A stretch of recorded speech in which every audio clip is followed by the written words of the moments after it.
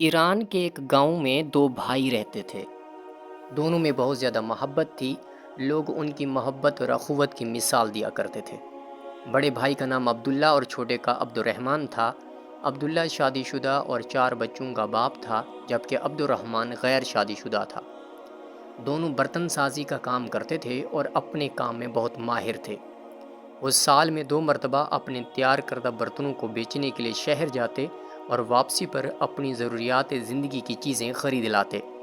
اس کاروبار سے انہیں معقول آمدنی حاصل ہوتی تھی۔ حسب معمول دونوں بھائی برتن لے کر شہر کی طرف روانہ ہوئے۔ یہ کئی دنوں کا سفر تھا۔ ابھی وہ شہر سے 1 دن کے فاصلے پر تھے کہ دوپہر کا وقت ہو گیا۔ انہوں نے ایک سائے دار درخت کے نیچے گدھوں سے سامان اتارا، ان کے آگے دانہ ڈالا، خود وضو کر کے نماز ظہر ادا کی اور کھانا کھانے لگے۔ کھانے سے فارغ ہوئے ہی تھے کہ انہیں ایک شخص کے چلنے کی آواز سنائی دی۔ انہوں نے دیکھا کہ گرد و غبار میں اٹا ہوا ایک شخص ان کی جانب آ رہا تھا۔ اس شخص نے قریب آ کر کہا، اے دوستو، کیا تمہیں کسی ہم سفر کی ضرورت ہے؟ بڑے بھائی نے جواب دیا، کیوں نہیں، ہم سفر کی وجہ سے سفر آسان ہو جاتا ہے۔ اجنبی ان کے پاس بیٹھ گیا اور اپنے میٹھے لہجے سے دونوں کو اپنا گرویدہ بنا لیا۔ کچھ دیر آرام کے بعد سفر دوبارہ شروع ہوا۔ دوران سفر اجنبی نے بڑے بھائی کو اکیلے پا کر اس سے حال احوال دریافت کیا اور باتوں باتوں میں پوچھا کہ سامان بیچنے کے بعد کیا تم دونوں برابر تقسیم کرتے ہو؟ جواب میں بڑے بھائی نے کہا، ہاں، ہم ایسا ہی کرتے ہیں۔ اجنبی نے کہا، دیکھو میاں، تم بال بچوں والے ہو، تمہارا حق زیادہ بنتا ہے اور محنت میں بھی تم زیادہ شامل ہو۔ چھوٹا تو اکیلا ہے، کیا تم نے کبھی اس پہلو سے بھی سوچا ہے؟ اس طرح اجنبی نے بڑے بھائی کے دل میں وسوسہ پیدا کر دیا۔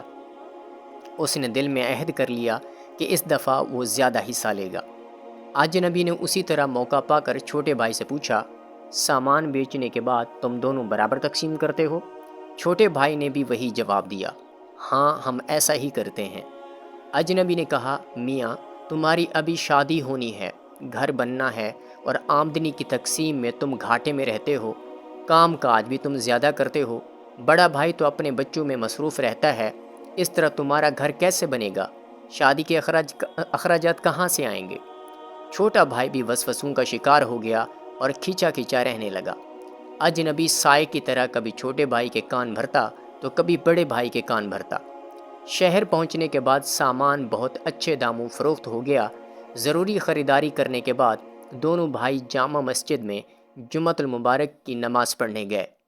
امام صاحب نے خطبہ کے دوران سورۃ الناس کی تشریح فرمائی کہ شیطان کس طرح انسانی ذہنوں میں وسوسے پیدا کرتا ہے، اور فرمایا کہ اگر کوئی بھی آپ سے کوئی ایسی بات کرے جس سے آپس میں پھوٹ پڑے، بے اتفاقی پیدا ہو یا حرص جاگ اٹھے، تو آپ لوگ فوراً لا حول ولا قوت الا باللہ العلی العظیم پڑھیں۔ اس طرح وہ شیطانی وسوسہ فوراً غائب ہو جائے گا۔ دونوں بھائیوں کی سمجھ میں بات آ گئی۔ مسجد کے باہر انہوں نے اپنے دلوں کو ٹٹولا اور ایک دوسرے کے بارے میں غلط وسوسوں پر فوراً لا حول ولا قوت الا باللہ العلی العظیم پڑھا۔ اجنبی فوراً غائب ہو گیا۔ دونوں نے ایک دوسرے کو سب کچھ بتا دیا اور ایک دوسرے سے معافی مانگی۔ انہوں نے ایک دوسرے کو دل سے معاف کر دیا اور اللہ تعالیٰ کا شکر ادا کیا کہ امام صاحب کو ان کی رہنمائی کا ذریعہ بنایا۔ اس کے بعد وہ امام صاحب کی خدمت میں حاضر ہوئے اور ان کا بھی دل سے شکریہ ادا کیا، کیونکہ انہی کی بدولت وہ شیطان کے مکروہ چال سے بچ گئے۔